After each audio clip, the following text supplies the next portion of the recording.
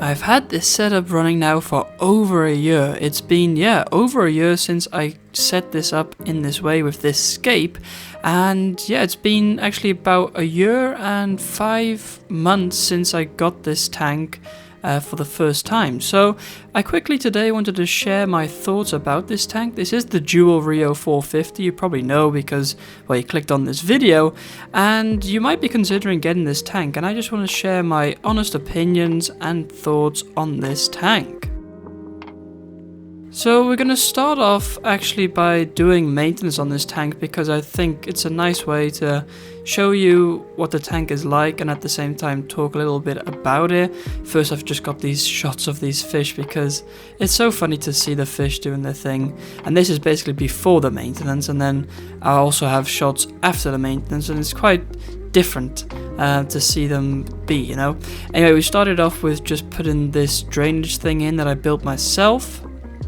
I just connected my hose to it and then started to drain by just pumping it like out, and yeah, it's an easy way to do it. And that's probably my first tip. If you're going to get a tank like this is not a small tank, you know, this is quite a big tank.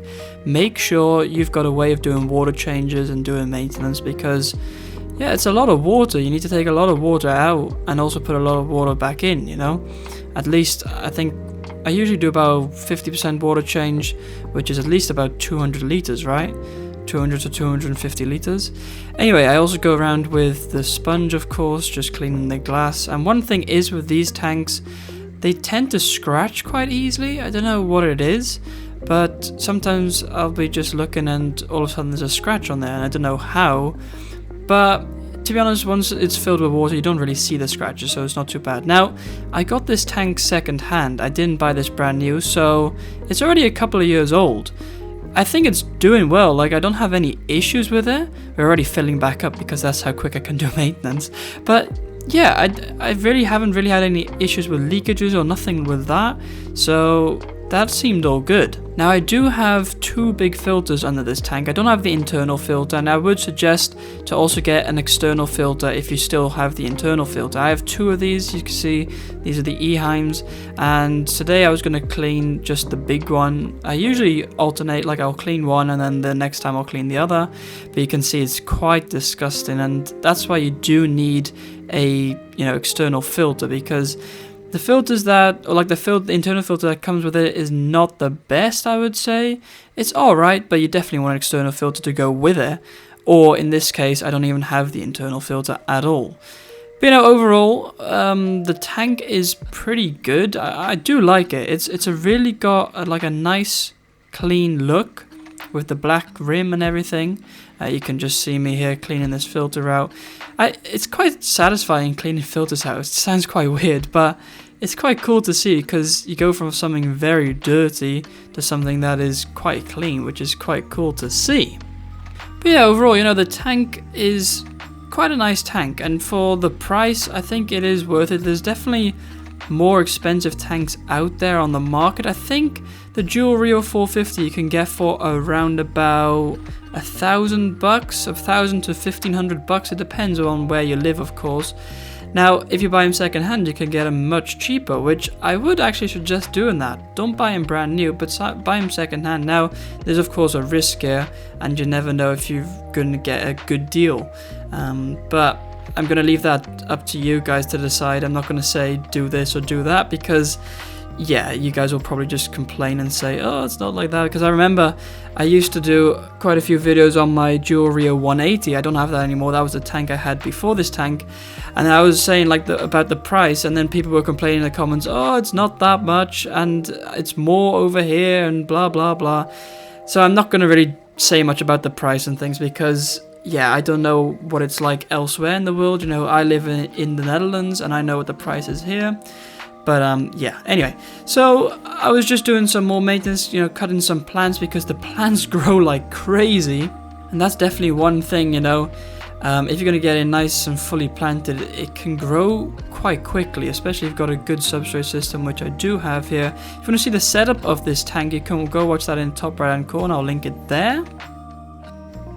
But yeah, I think shortly we're going to be having a look at maybe fertilizing, I think that's what I put next. Yeah, because we need to fertilize all of this stuff, and I use for that the Flora Grow Pro fertilizer from Colombo. It works quite well, and I just dump a bit of it in. It's kind of like I know about the average amount I need to put in. Anyway, this is the tank after the maintenance, and we're going to see how it's in one day.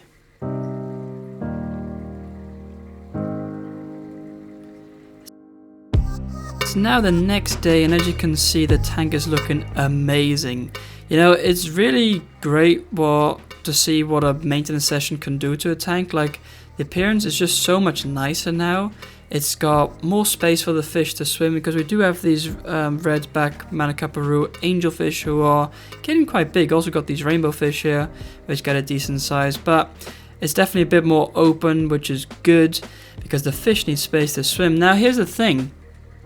Most people think, oh, I don't want to get a big tank because a big tank is more difficult, like maintenance-wise and things like that. But that's not really true, you know. The bigger the tank, the easier it is for a tank to establish like a ecosystem, you know. There will be a better balance, and it'll be much easier than in like a smaller tank. Because say here we get a bit of ammonia or whatever, then because it's such a big water volume, the effect will be very little. So actually a bigger tank is much easier. And also for maintenance, the last time I did maintenance on this tank was probably about a good couple of months ago, you know. And maybe back then I only did some trimming of the plants. But yeah, I think about maybe every 6 months I might do a 50% water change, and today was the day I had to do it again. Same with the filters, you know, I only clean those maybe once per year, twice per year, something like that. So it's really not that much like more maintenance than it would be for a smaller tank. Of course, like the water changes take a bit longer, and you know, all those kind of things, but it's not a big deal. So if you're looking to get a tank and you want like a slightly bigger tank, depends where you're upgrading from. If you've got a Juwel Rio 180, then I think the jump to a Juwel Rio 450 is a nice one, because that's what I had before. I had the 180 before, and if you find the 450 too big, then maybe look at the 180, or even the 240 is good as well. Wouldn't go for the 350 because that just seems in the middle, and like, why would you do that? I don't know. Because you're gonna go big, then go big, right? Go big or go home, that's what they say. Anyway, it's time to feed the fish here, because these fish are quite hungry, and they do need to be fed, of course, you know.